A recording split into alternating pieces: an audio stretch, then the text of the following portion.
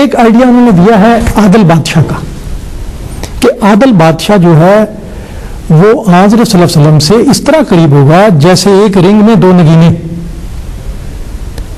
اور دوسرا آئیڈیا، اس تصور نے ان وہاں کے بادشاہوں کو متاثر کیا اور انہوں نے اسلام قبول کیا، اور عدل کی روایت سے ظاہر ہے اس کے معاشرے میں بھی فائدہ. دوسرا جو انہوں نے آئیڈیا متعارف کروایا وہ تھا انسان کامل کا، کہ انسان کامل میں وہ اسپرچل قوت ہوتی ہے کہ جس کی طرف کائنات کی ساری قوتیں دوڑتی ہیں. اس انسان کامل کے تصور نے ان کو متاثر کیا. بادشاہ اندر سے بھی اور باہر سے بھی دونوں حیثیت سے متاثر ہوئے. اپنی باطنی قوت کو کرنے کے لیے ان کو صوفیہ کا جو اسلام کا تصور انسان کامل کا، خلیفہ کا، اور دوسرا عدل کا تصور، اس سے جو ہے وہ متاثر ہوئے. اور اس سے آپ دیکھیں ابھی تک ملیشیا وہ سلطان ہے برونی، وہ سلطان شاہ کہلاتے ہیں. یہ اس وقت سے آئیڈیاز ہیں جو وہاں مولانا صاحب کی بات میں. صحیح، ٹھیک. تو ناظرین، یہ تھا ہمارے تاریخی حقائق پروگرام کا پہلا حصہ. اس میں ہم نے دیکھا کہ اسلام کی جو خوبصورت تعلیمات اور ریاست سے وفاداری اور قانون کی پاسداری کی اسلام میں کتنی اہمیت ہے، اور ہمارے علماء کرام نے ہمارے سوالوں کے جوابات دیے. اسلام کی تعلیمات اپنی افاقیت اور افادیت کے اعتبار سے بے مثال تعلیم ہے، اور اس بے مثال تعلیم پر بے مثال رنگ میں عمل کرنے والے خود حضرت محمد مصطفیٰ صلی اللہ علیہ وسلم تھے. اور پھر حضرت صلی اللہ علیہ وسلم کے اسوہ پر بے مثال رنگ میں عمل کرنے والے حضرت اقدس مسیح موعود علیہ الصلوۃ والسلام، حضرت مرزا غلام احمد صاحب قادیانی علیہ السلام کو یہ توفیق ملی، ان کو یہ سعادت حاصل ہوئی کہ وہ اس کا بہترین نمونہ پیش کر سکیں. آئندہ آنے والے پروگرام میں ہم دیکھیں گے کہ حضرت مسیح موعود علیہ الصلوۃ والسلام نے ریاست سے وفاداری اور قانون کی پاسداری کی خوبصورت تعلیم پر کس قدر خوبصورت رنگ میں عمل کیا، اور اس کی توقع اپنی جماعت سے بھی رکھی. آئندہ پروگرام تک کے لیے اجازت دیجیے. السلام علیکم ورحمۃ اللہ.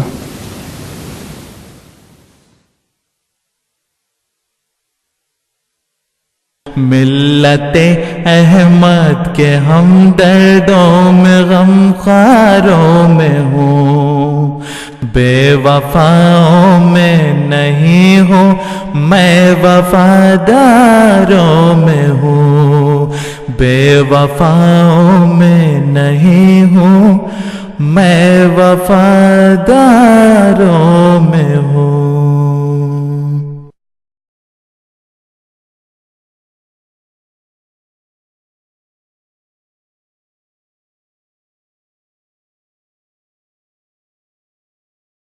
ملت احمد کے ہم دردوں میں غم خواروں میں ہوں، بے وفاؤں میں نہیں ہوں میں وفاداروں میں ہوں، بے وفاؤں میں نہیں ہوں میں وفاداروں میں ہوں.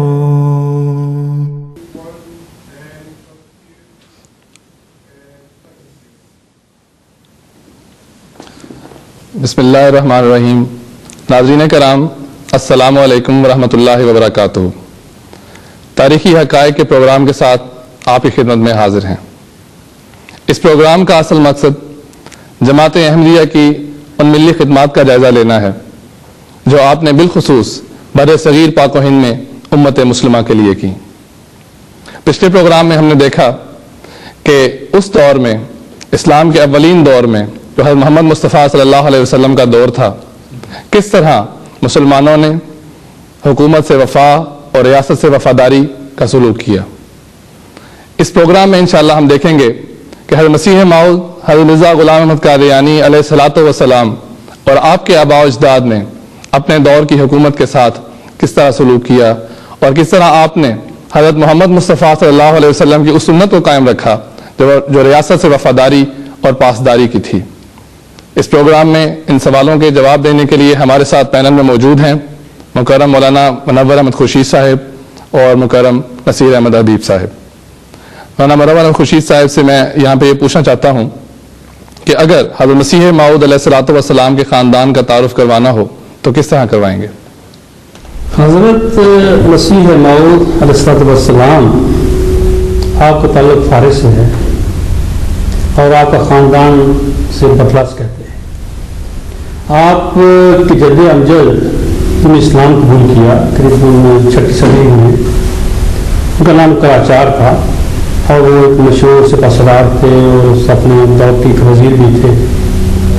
تو پھر کچھ عرصہ کے بعد وہاں سے آپ سمرقند چلے، وہاں پر کافی عرصہ قیام کیا، لیکن بعد میں جب وہاں کچھ ایسی سیاسی یا دوسری وجوہات ہوں گی جن کی بنا پر حضرت مسیح اسلام جو ایک بزرگ تھے مرزا ہادی بیگ صاحب، انہوں نے بابر کے زمانہ میں، جب بابر نے موو کیا ہے، بابر ہندوستان میں آیا ہے، تو اس زمانہ میں قریباً 200 افراد کے ساتھ اپنے اہل خانہ کے ساتھ آپ پھر ہندوستان تشریف لائے ہیں اور پنجاب میں بیاس کے قریب آ کر آپ نے ڈیرا لگایا اور ایک گاؤں آباد کیا جس کا نام تھا اسلام پور۔ تو اسلام پور میں جب آپ تشریف لائے ہیں تو اسلام پور کے پھر آپ کے بعد آپ کے بیٹے جو تھے وہ مرزا فیض احمد صاحب، پھر اس کے بعد مرزا گل محمد صاحب، پھر مرزا عطا محمد صاحب اور اس کے بعد پھر حضرت مرزا غلام مرزا صاحب جو حضور کے والد محترم تھے۔ یہ ایک بریف انٹروڈکشن ہے جو میں نے آپ کو دیا ہے۔ سر میں ابھی آپ نے بتایا کہ مسیح موعود علیہ الصلوۃ والسلام کا فارسی نسل ہونا ثابت ہے، تو اگر آپ تھوڑی سی یہ بھی وضاحت فرما دیں کہ فارسی نسل ہونا کس اہمیت کا حامل ہے؟ بات یہ ہے کہ ہم یہ مانتے ہیں کہ حضرت مسیح موعود علیہ السلام وہی مبارک وجود ہیں جن کے بارے میں بتایا گیا کہ ہر زمانہ میں بطور مہدی ظاہر ہوں گے، مسیح ہوں گے، مہدی ہوں گے۔ تو جس طرح جہاں اور بہت ساری علامات بتائی گئی آپ کے بارے میں، آپ کے کام کے بارے میں اور زمانے کے بارے میں، وہاں یہ بھی بتایا گیا کہ وہ جو مسیح ہوگا، مہدی ہوگا، وہ کہاں سے آئے گا، اس کا مقام کون سا ہوگا۔ تو اس کا ذکر یوں آتا ہے کہ ایک دفعہ حضور نبی کریم صلی اللہ علیہ وسلم سورہ جمعہ کی تلاوت فرما رہے تھے اور ساتھ صحابہ بھی تشریف فرما تھے، تو آپ نے یہ آیت کریمہ تلاوت کی وَآخَرِينَ مِنْهُمْ لَمَّا يَلْحَقُوا بِهِمْ۔ تو صحابہ نے کہا یا رسول اللہ وہ کون سے خوش نصیب لوگ ہیں، ہم تو آپ کے ساتھ ہیں اور آپ کے دائیں بھی ہیں بائیں بھی ہیں ہر طرف ہیں، لیکن وہ کون سے لوگ ہیں جو ابھی آئے بھی نہیں، ان کا ذکر ہو رہا ہے۔ تو حضور علیہ السلام نے اپنا دست مبارک سلمان فارسی کے کندھے پر رکھا اور فرمایا لو کان الایمان معلقا بسریہ، فرمایا کہ لو کان الایمان معلقا بسریہ، سریہ مطلب بہت اونچا ایک ستارہ ہے۔ اس سے مراد یہ ہے کہ دنیا سے اسلام غائب ہو جائے گا، جیسا کہ ایک اور حدیث میں آتا ہے نا کہ ایک زمانہ آئے گا کہ دنیا سے اسلام لا یبقی من الاسلام الا اسمہ، تو وہ اس زمانے کی طرف اشارہ ہے۔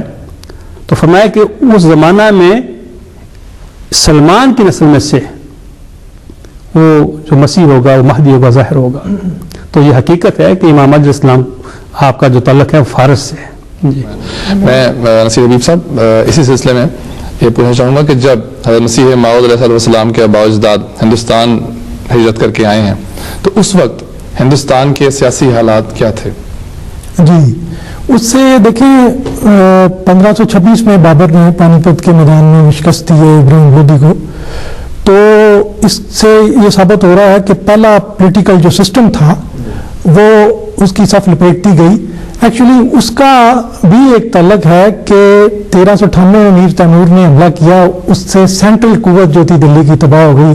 وہ ایک افتراق اور تشدد کا ایک دور تھا جو چلتا رہا، بعد میں سیدوں نے اور لودھیوں نے اس پہ قابو پایا، لیکن ابراہیم لودھی کے دور میں دوبارہ